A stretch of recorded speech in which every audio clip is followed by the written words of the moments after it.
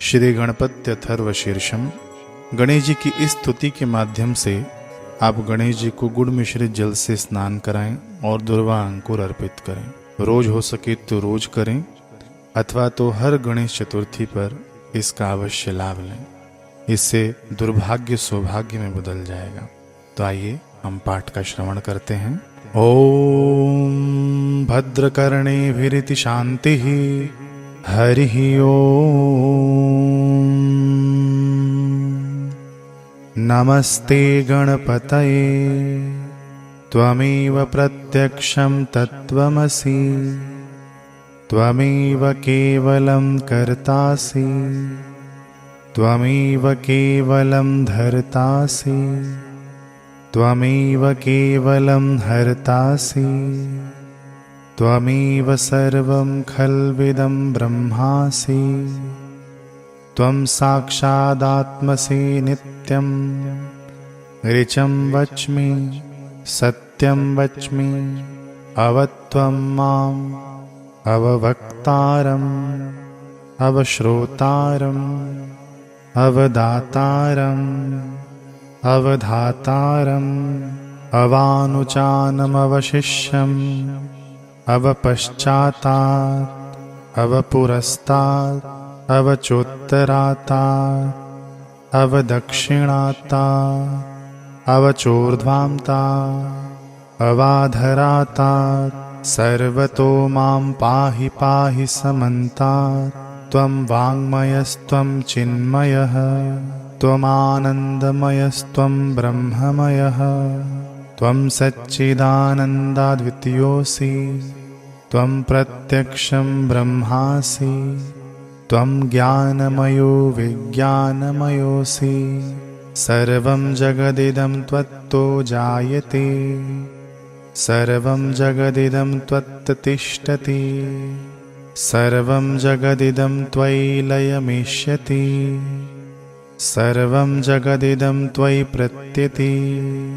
त्वं भूमिरापो नलो नीलो नभः त्वं चत्वारि वाक्पदानि त्वं गुणत्रयातीतः त्वं कालत्रयातीतः त्वं देहत्रयातीतः त्वं मूलाधारस्थितोऽसि नित्यं त्वं शक्तित्रयात्मकः त्वं योगिनो ध्यायन्ति नित्यं त्वं ब्रह्मा त्वं विष्णुस्त्वं रुद्रस्त्वं इन्द्रस्त्वं अग्निस्त्वं वायुस्त्वं सूर्यस्त्वं चन्द्रमास्त्वं ब्रह्मभूर्भुवः सुवरों गणादिं पूर्वमुच्चार्य वर्णादिं तदनन्तरम् अनुस्वारः परतरः अर्धेन्दुलसितं तारेण रुद्धम् एतत्त्वमनुस्वरूपं गकारः पूर्वरूपम् अकारो मध्यमरूपम् अनुस्वारश्चान्त्यरूपम् बिन्दुरुत्तरूपम् नादः सन्धानं संहिता संधिः शैषा गणेशविद्या गणकर्षिः निच्छृद्गायत्रीछन्दः श्रीमहागणपतिर्देवता। ॐ गं गणपतये नमः। एकदन्ताय विद्महे वक्रतुण्डाय धीमहि तन्नो दन्ती प्रचोदयात्। एकदन्तं चतुर्हस्तं पाशमङ्कुशधारिणम् अभयं वरदं हस्तैर्बिभ्राणं मूषकध्वजं रक्तं लम्बोदरं शूर्पकर्णकं रक्तवाससं रक्तगन्धानुलिप्ताङ्गं रक्तपुष्पैः सुपूजितं भक्तानुकम्पिनं देवं जगत्कारणमच्युतम् आविर्भूतं च सृष्टयादौ प्रकृतेः पुरुषात् परम् एवं ध्यायति यो नित्यं स योगी योगिनां वरः।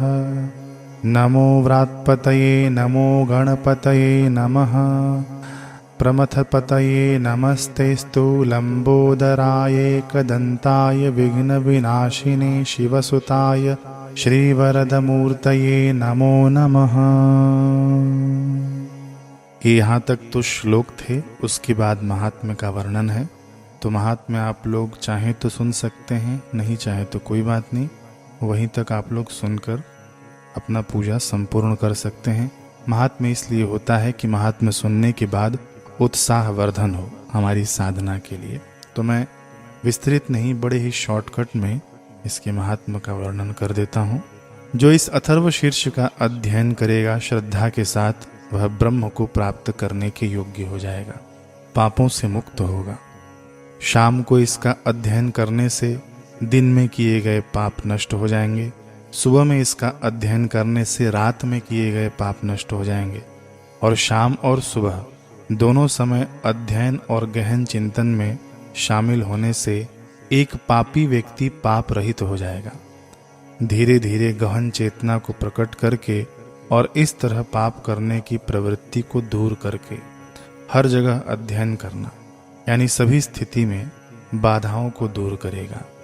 भक्त को धर्म, अर्थ, काम और मोक्ष इसकी प्राप्ति होगी। यदि कोई किसी के प्रति आसक्ति के कारण इसे यानी उस व्यक्ति को अयोग्य जानने के बावजूद वह पापी बन जाता है, जब गहन अध्ययन और चिंतन द्वारा इस अथर्व शीर्ष का 1000 पारायण किया जाता है, तब इस यानी उपनिषद से सिद्धि प्राप्त होती है, आध्यात्मिक सिद्धियां।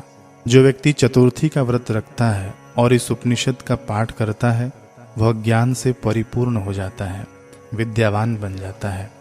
यह अर्थवर्ण ऋषि का वचन है। भगवान का ज्ञान प्राप्त कर लेता है, ब्रह्म को आच्छादित कर लेता है, अर्थात ब्रह्म विद्या को समझ लेता है, और उसके बाद उसे कोई भय नहीं होता, अर्थात वह अहंकार जन्य भयों से मुक्त हो जाता है। जो कोमल दुर्वा घास से गणपति की पूजा करता है, वह कुबेर के समान समृद्ध हो जाएगा। जो सूखे चावल से गणपति की पूजा करता है, वह गौरवशाली हो जाएगा, अर्थात नाम और प्रसिद्धि प्राप्त करेगा, मेधावान बनेगा। मेधा या मन की धारणा क्षमता से परिपूर्ण होगा। जो 1000 मोदकों के साथ गणपति की पूजा करता है, वह अपने वांछित फल प्राप्त करेगा। वह जो टहनियों के साथ गणपति की पूजा करता है, घी में डुबाने पर वह सब कुछ प्राप्त कर लेता है। जो मनुष्य 8 ब्राह्मणों को यह उपनिषद प्रदान करता है, अर्थात 8 ब्राह्मणों को यह उपनिषद पढ़ाता है, अथवा शुद्धात्मा पुरुषों के सत्संग में 8 ब्राह्मणों की संगति में इसका पाठ करता है, वह सूर्य के तेज से परिपूर्ण हो जाता है। जो कोई सूर्य ग्रहण के समय किसी महानदी के तट पर या गणपति की प्रतिमा के समक्ष इसका पाठ करता है, वह मंत्र सिद्ध हो जाता है, अर्थात मंत्र धीरे धीरे गहन चेतना को प्रकट करता है। वह महान बाधाओं से मुक्त हो जाता है, वह महान दोषों से मुक्त हो जाता है, वह पिछले पापों से मुक्त हो जाता है और नए दोषों को बनाने की बुरी प्रवृत्ति को दूर कर देता है।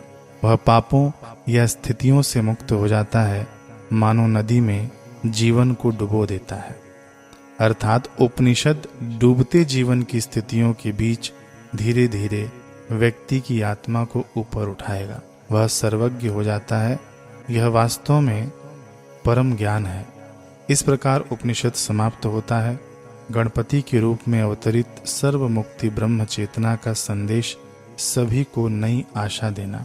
ओम शांति शांति शांति।